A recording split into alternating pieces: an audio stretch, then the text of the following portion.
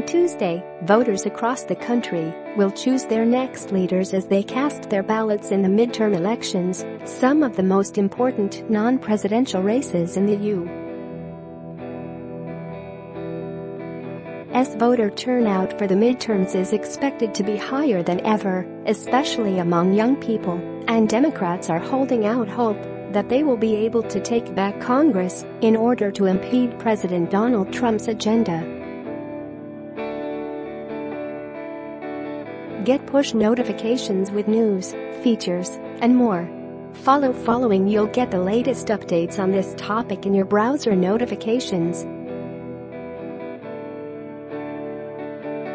According to David Wasserman, U.S. House editor for the Cook Political Report, chances are strong that the House will swing left come Tuesday, while the Senate will remain red.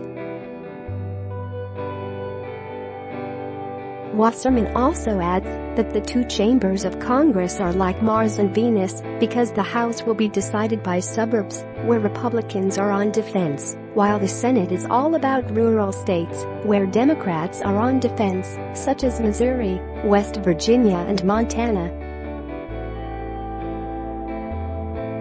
But of course, before the results can be counted, voters will need to actually head to the polls on Tuesday. Here's everything you need to know about how to vote in the midterm elections. Where do I find my polling place? If you're not sure where to vote, don't panic. Simply visit vote.org's polling place locator and enter the address where you live and are registered to vote. In a matter of seconds, the site will not only let you know where your polling place is, but it will also tell you the hours your polling place will be open on Tuesday. If you're eligible to vote, most states will let you fill out a provisional ballot. Provisional ballots are filled out the same way as regular ballots and are kept separate from regular ballots until it's determined that the voter is actually eligible to vote or not. If you have any questions, check in with your state or local election office. What happens if I'm not registered to vote? While some states, like California and Vermont, allowed for same-day registration, many will not allow you to cast a vote if you missed the registration deadline. To find out more about your state's requirements or whether you're registered to vote at all, just visit vote.org. When can I actually vote? While the hours that polling places are open can vary slightly, polls are usually open between 6 a.m.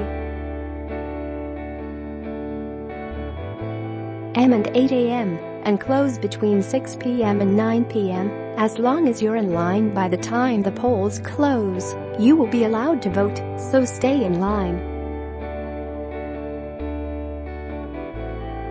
The polls tend to be busiest during blocks of time when people are not generally working, such as during morning rush hour, lunchtime, and the evening, so if you have a flexible schedule, avoid longer lines by voting during off hours. For more information about the exact hours of your specific polling place, visit vote.org.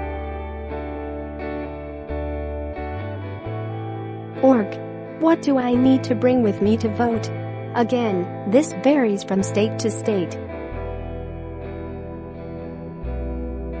While you can go empty-handed in some states, a total of 34 states require voters to show a form of identification in order to cast their votes, according to the National Conference of State Legislatures. Some of those states allow you to vote with any form of identification, while some require you to have a photo ID. If you've never voted before or are unsure what's required for your state, you can always contact your state or local election office to make sure you're fully prepared. You can also consult People's. How will I know where to go once I arrive at my polling station? Even if this is your first time voting at your polling station, there should be ample signs and poll workers to direct you to exactly where you need to go. After walking inside the building, you'll check in with a poll worker who will direct you to the right place to receive your ballot. There, you will sign a list to confirm that you visited the poll to cast your vote. If you have any questions, don't hesitate to ask. That's what poll workers are there for. What happens if I'm not on the list? A polling worker will help you understand what's going on and let you know what your next steps are.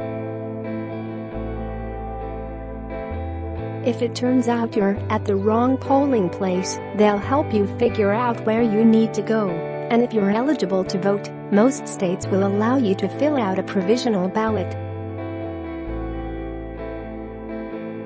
I have my ballot. What do I do now? After receiving your ballot, you'll be directed to a private location by your poll worker to fill it out. Then, once you're done, simply return it to the poll worker.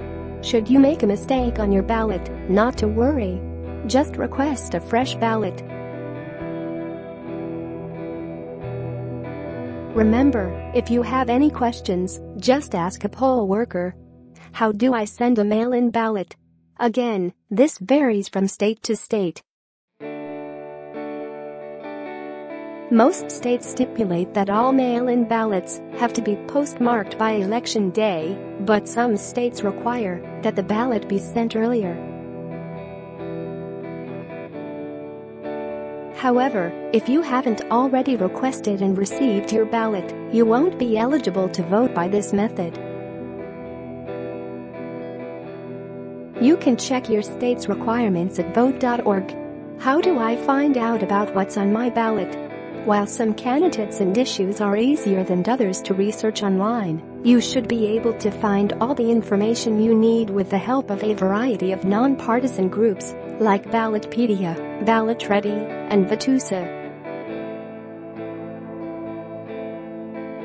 Simply type in your address, and you'll be taken to a page that explains who the candidates are for each race and what values and platforms they stand for and against.